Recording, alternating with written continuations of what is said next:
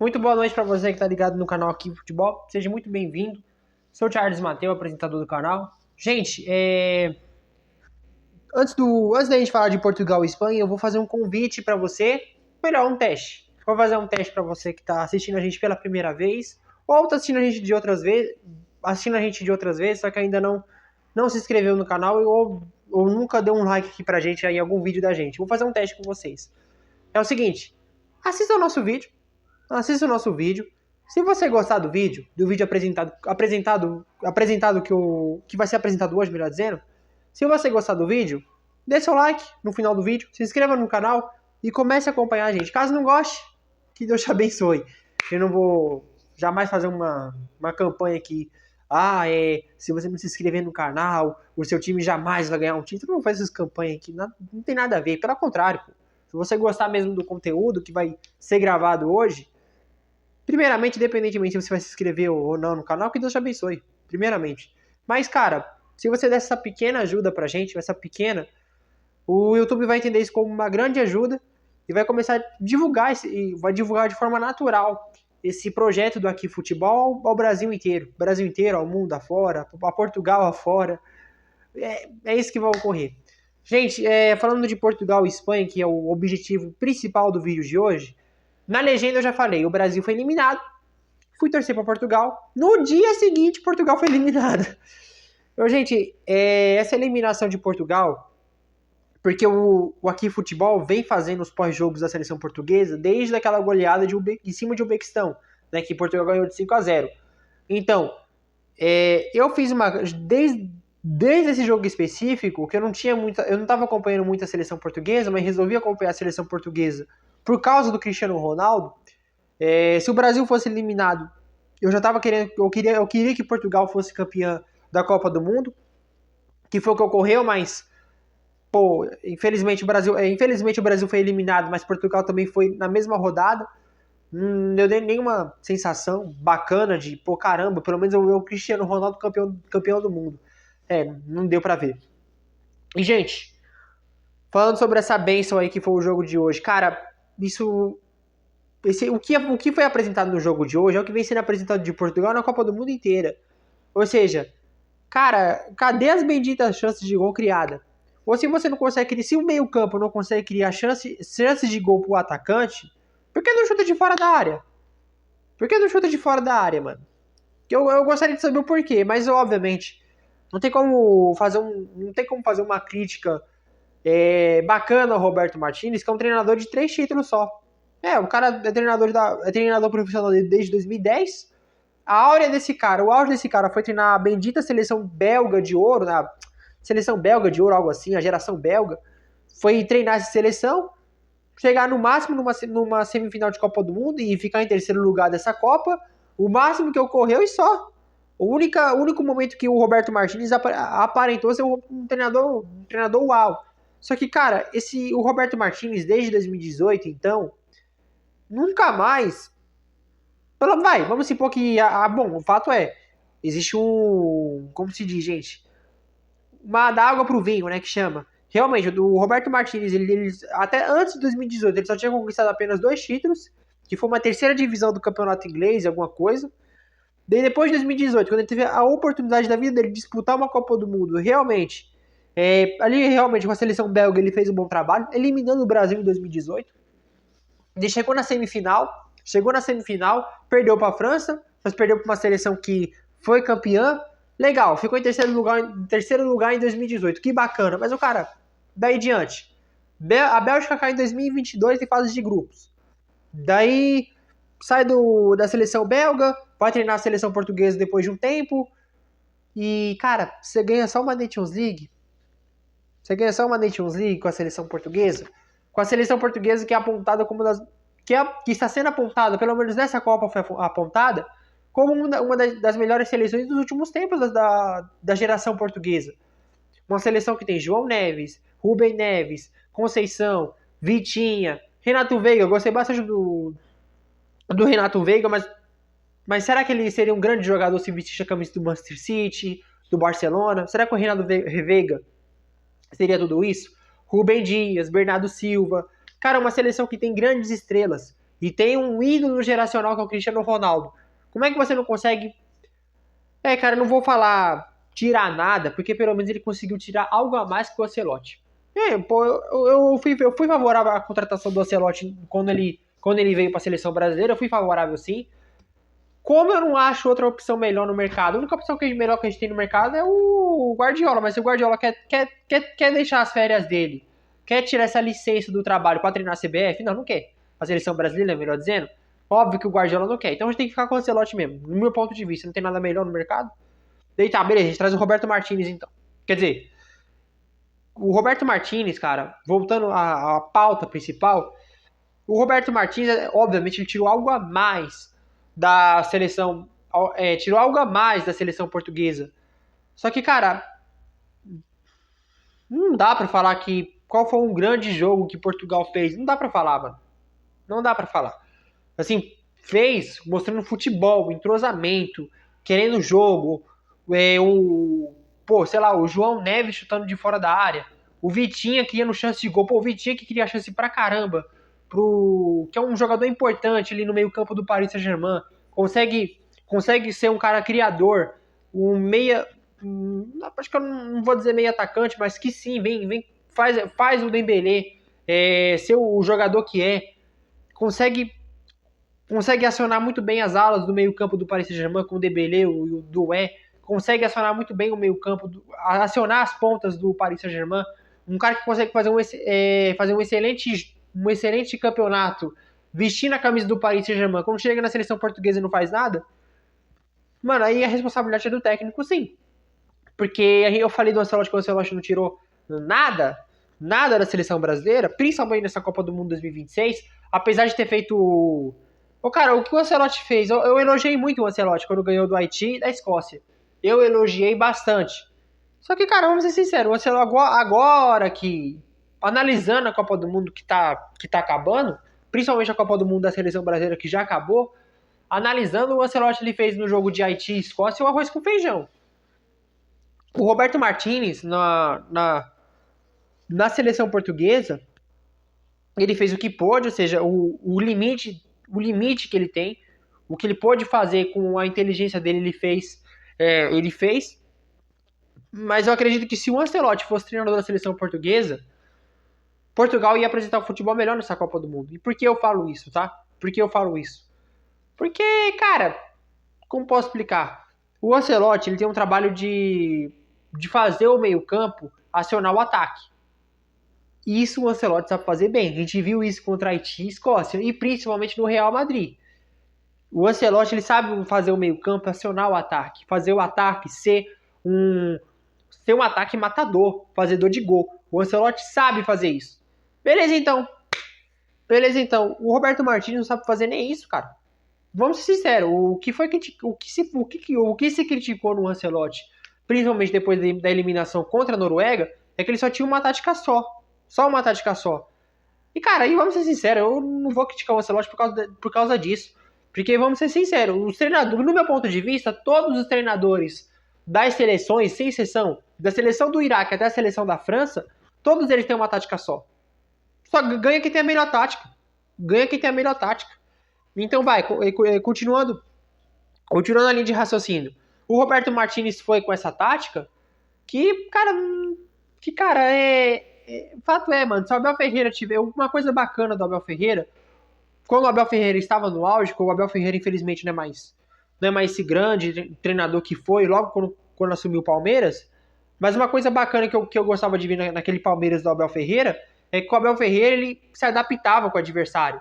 Se o adversário estava dificultando o jogo, ele sabia encontrar boas estratégias para, no caso, o time do Palmeiras, ser eficiente no ataque. Matar o adversário enquanto o adversário estava começando a endurecer o jogo. O Roberto Martinez não fez esse beabá do treinador, porque o treinador é a obrigação dele, principalmente treinador profissional de futebol profissional e principalmente treinador que está na Copa do Mundo.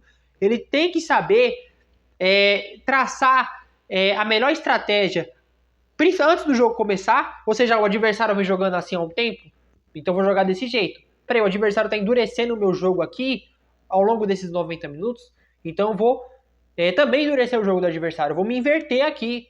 Porque, cara, se for preciso mudar a estratégia ao longo do jogo, o treinador ele tem que saber fazer isso.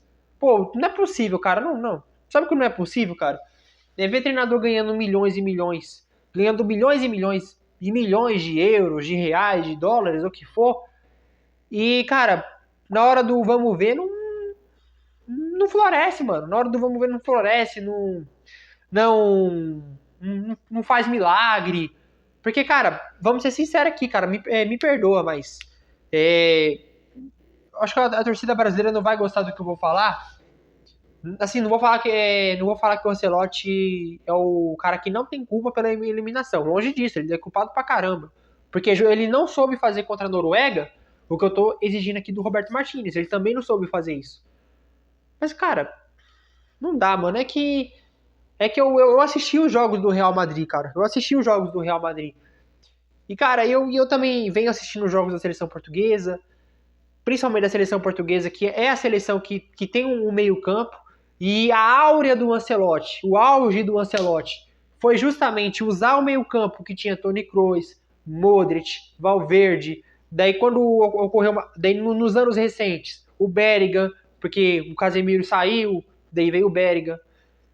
Eu acompanhando os jogos do Real Madrid no comando do Ancelotti, eu vi, tá? Eu vi ele fazendo o Real Madrid virar jogo de 3-0 no agregado para 4.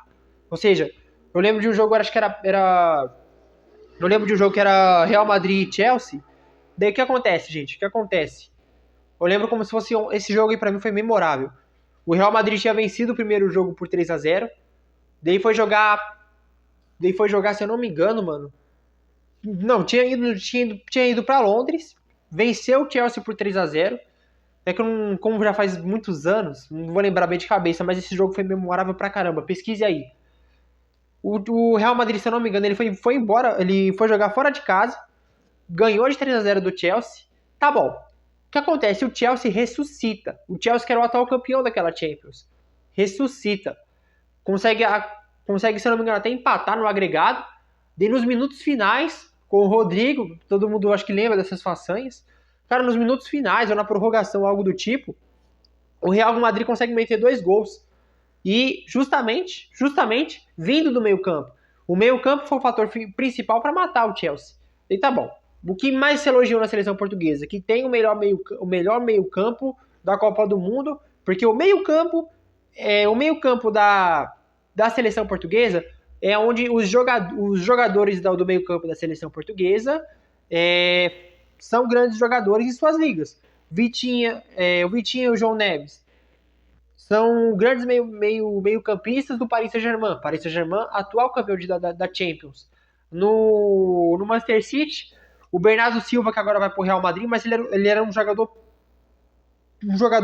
nota 10, por muitos anos vestindo a camisa do Manchester City. Bruno Fernandes é um grande meio... Eu não acho o Bruno Fernandes tudo isso. Mas, cara, o Bruno Fernandes tem qualidade sim. Não acho ele tudo isso. Não acho o Bruno Fernandes... Não tem nem comparação com o De Bruyne, por exemplo. Mas o Bruno Fernandes é um cara. Não tem como... é o cara que salva o Manchester United de alguma forma. Não tem como negar. Então tá, tem Bruno Fernandes também na Premier League. Ou seja, os meios-campistas da seleção portuguesa são os principais meios-campistas de suas ligas. Lógico, dos seus clubes também. Mas são os caras mais reverenciados da liga. Ou seja, pega cada meio-campista da seleção portuguesa, tem algo a mais que muitos meio-campistas de uma liga francesa, de uma liga da Premier League, ou seja, ligas que são tops mundiais. A Liga 1, por mais que a gente fala que é de campo de um time só, que é do Paris Saint-Germain, mas tem um nível de dificuldade ali. Tem um nível de dificuldade ali de uma certa forma.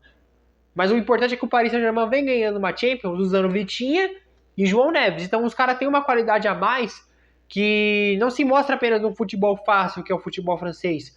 Vem também se mostrando no futebol difícil, que é o futebol europeu, que é o caso da Champions League.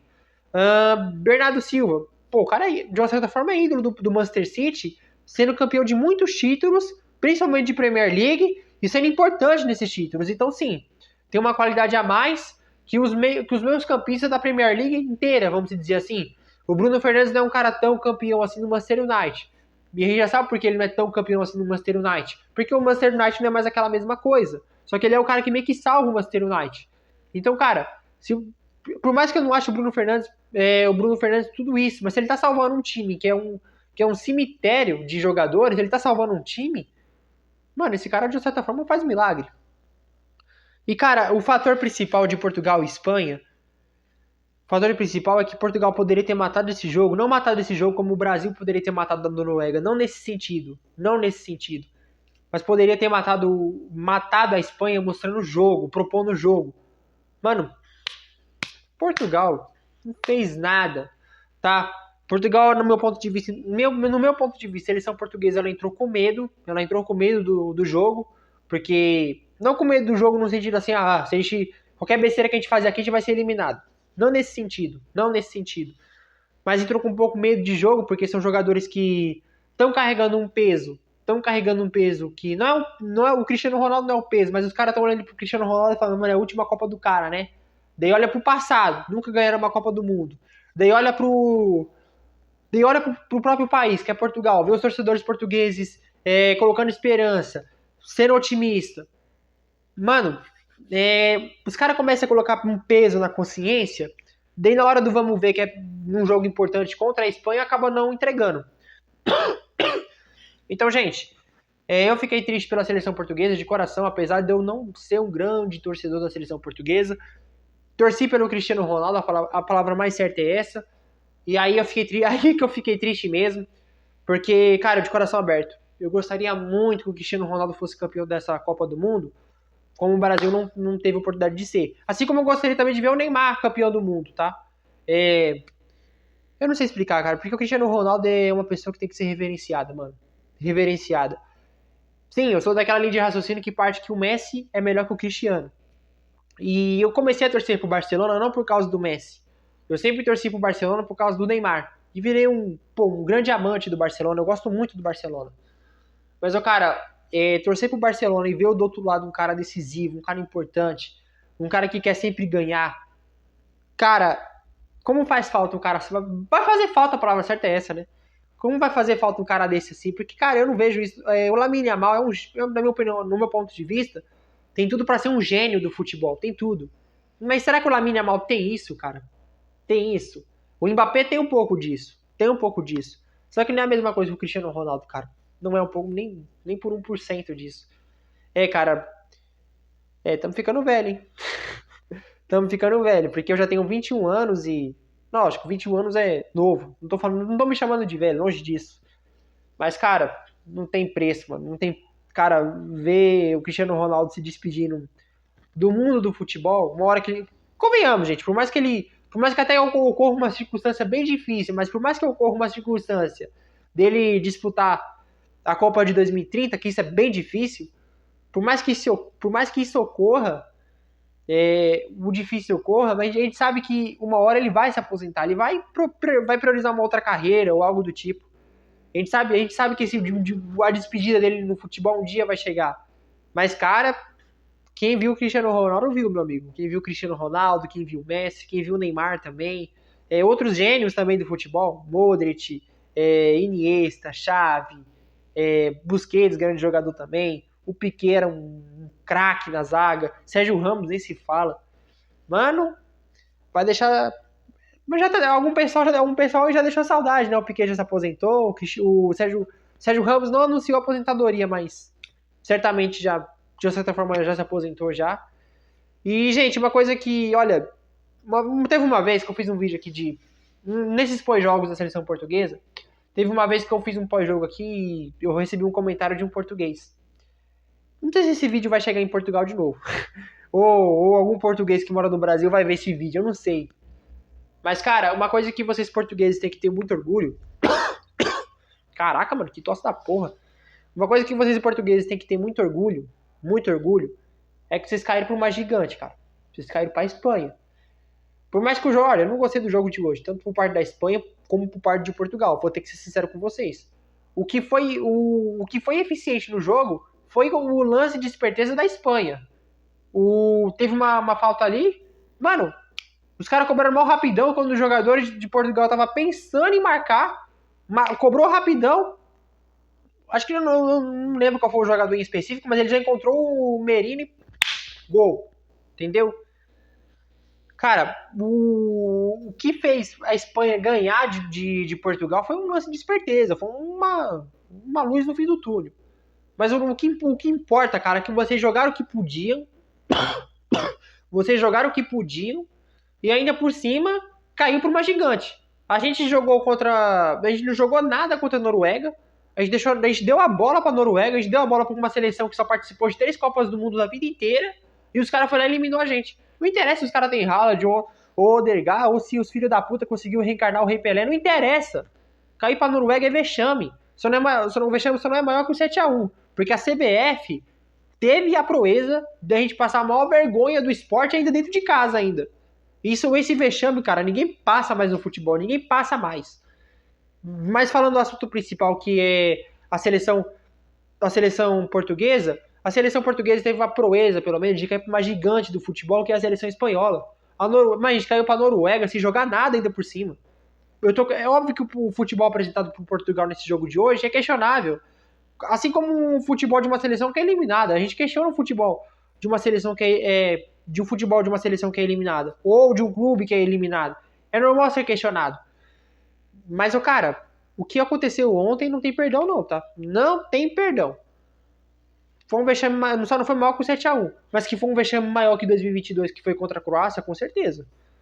Então, gente, por hoje é só. Eu quero fazer um outro convite também. Agora é um convite. Espera, vai lá conhecer a gente no Instagram, vai conhecer lá. Lá no Instagram a gente tá fazendo uma cobertura muito bacana do mundo do futebol. Ontem noticiamos que o Klopp aparentemente vai sim para a seleção alemã. Vai ter jogador anunciado no Atlético de Madrid.